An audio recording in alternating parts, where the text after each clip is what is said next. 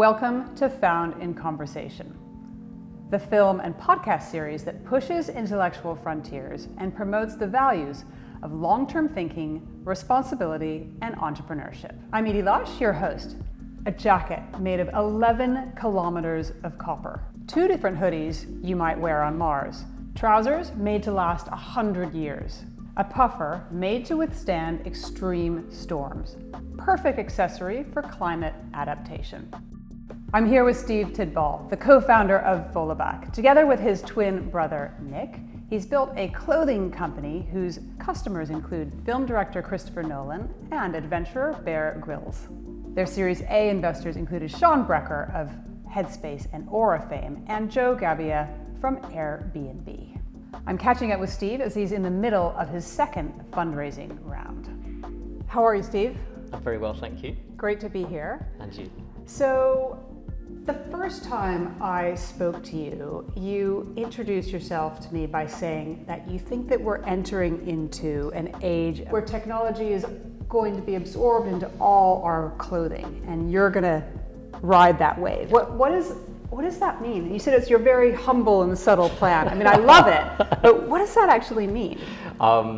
I think in order to look at what the future looks like, you have to go back into the past, and you have to really understand what clothing has done for us.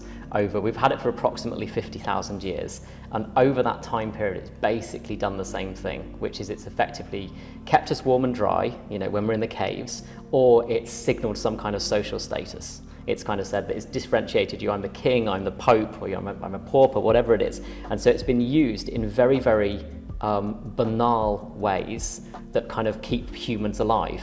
And ultimately that's going to change. And so you can kind of look at that as a series of periods. So you can kind of think about the first age of clothing, which is basically furs.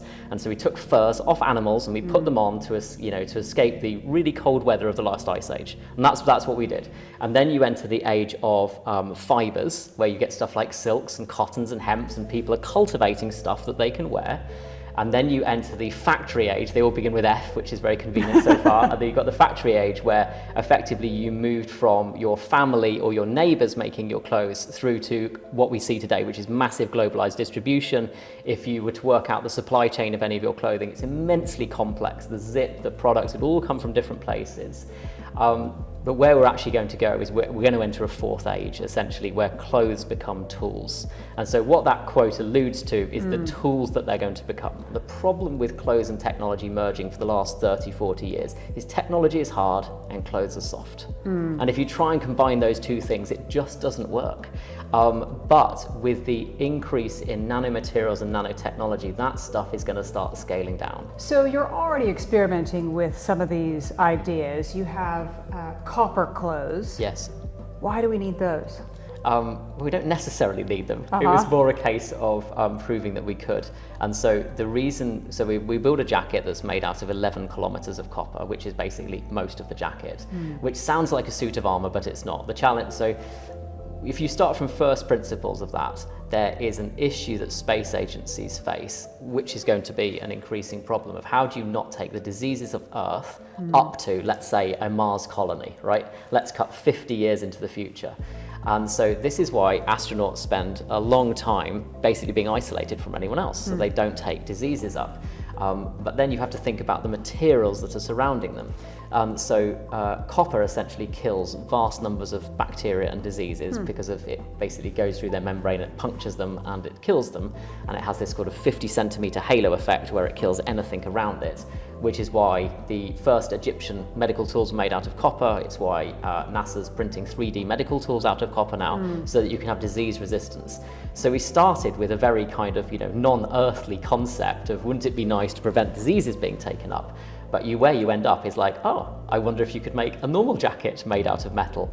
And what I'm interested in is all of these ideas have to start somewhere based in our reality today. Yeah. It's no good just going, we're then going to make a spacesuit for 50 years in the time. You have to start somewhere. And you have to understand that your first idea is probably some kind of compromise.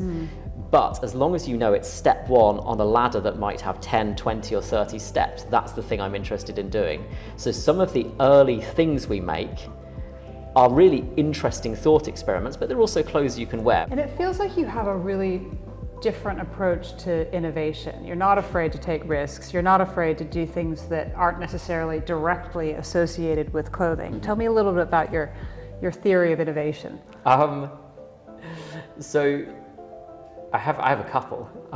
So I think that the larger theory is really that simply where I sort of started at the first, which is clothes have to advance, right? It's just absolutely inevitable given all of the current conditions we face. I think when you think about the limits of how far we're prepared to go, it really gets into how far do we think clothing is going to stretch outwards. But if you think about what clothes are, they sit on you all the time. I don't think there's going to be like a future society where nudism is like the dominant thing. So we're all definitely going to wear clothes. So wearing them requires no behavioral change. Even if you just think from a medicinal impact, right? So we're all balls of data walking around, and that data might indicate that you actually have cancer and you don't know. Yeah. Or you have some kind of inherent kind of disease that you've had since a kid and it's undiagnosed. Or actually there's something wrong in your blood levels that we've seen. Clothes will read that. Like ultimately, whether I'm going to do it in the next 5 years or not is kind of not really the question. But over the next 100 years, that is just without a doubt going to happen.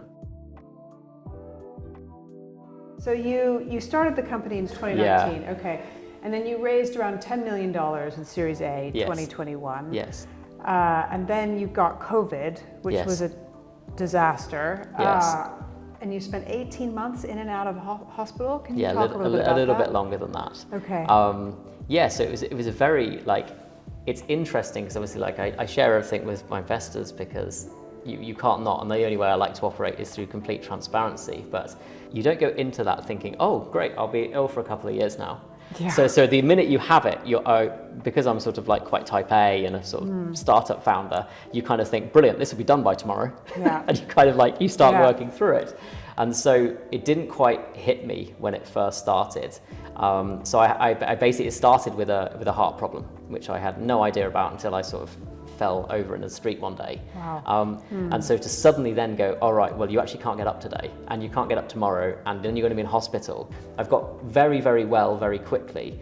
But the period goes down as a really strange time in our history. Specifically because it came after the raise, which was obviously just so fundamentally challenging because effectively, you'll know, you raise on a promise, right? You raise on a promise of here's where we're at and here's where we're going. And then it becomes very difficult to go there if you're not the person. Yeah. That's just psychologically incredibly strange to get your head around.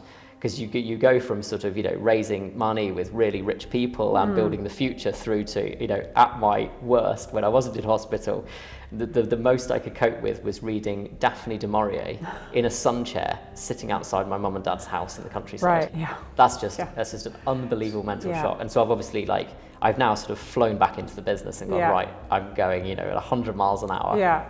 Well, let's go, we'll come back to the 100 miles an hour, but I just wonder if you have any advice for other entrepreneurs based on that experience, on your experience so far with this company. I actually do, but it's stolen from someone I don't know, but I'm a huge fan of. So there's a big wave surfer called Laird Hamilton, who rode the biggest waves in history and invented tow-in surfing, where you could ride jaws in Maui. And he had this absolutely amazing thing, because he's older now. I think he's probably in his 50s perhaps. And he basically said, I used to surf as if I wouldn't surf tomorrow. And now I surf so that I can surf tomorrow. And that's it. And you go, that's just such a brilliant philosophy, because actually all you need to do is make sure you can get up the next day. Because you still push yourself. You still push yourself, yeah, but you don't go so hard that you can't go again the next day. And so this is really the thing that drove me through, which is as long as I can get back up and as long as I can come back into the business, I know I'll be able to make this work. Because as I say, I don't think we'll have been, swarmed by, other startups trying to do the same thing, or a really big company sort of coming into the field. And so really it was a case of just being able to get up again. And so it's a really weird, sort of thinking that a guy I've never met with a kind of like a two-liner quote sort of drove me through. Ultimately, every startup really has to it's thousands of micro or macro pivots, right? It's okay, well I can't do that, well I have to do this. And so I thought, well, the meta trends that are happening, the the shrinking of technology, the emergence of space travel, none of those are going away just because I'm ill. Right. Like all of those stay exactly Yeah. the same, and all of the material inventors are still going to be inventing novel materials and publishing on it. So actually, the world I'm operating in doesn't shift at all just because I've had some health problems. It all stays the same. So the opportunity is identical. Yeah. It's really just, can I come back in? I suppose the other interesting thing is, well, am I going to come back at 100%? What's interesting is that a lot of the raising is coming actually from your customers, is that Yes. right?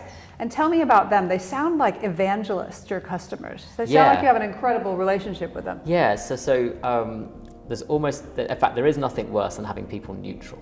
Like, you never want people neutral. It's far better to have them going, I absolutely hate it, or I absolutely love it. Because at least, Very Marmite. yeah, you have to know that you're doing something interesting. And then of the people who love it, you'll get the people who like super love it. And they're going to be your evangelists. They're going to tell all their mates, they're going to sort of wear it to, wherever, to dinners, to work, to show people, because it's clothes with stories. And typically that isn't how clothes work. Typically clothes don't have stories because you don't want to tell the story. Well, actually it was made by a small child in Indonesia, so I picked up a bargain. Yeah. Like, that's actually the story that Yeah. comes with lots of clothes. It's just untold. And so what we wanted to focus on are what are amazing stories that you can tell. So rather than being made by a child in some country, it's actually made out of this fantastic material that has property X that is leading to a future that is shaped by Y. That's like a really cool thing for people to be able to do. And to come back to like, why do we have evangelists, is because we enable them to do something with clothing that historically they've not been able to do. Thank you so much, Steve, for joining us on Found in Conversation. Thank you very much for having me.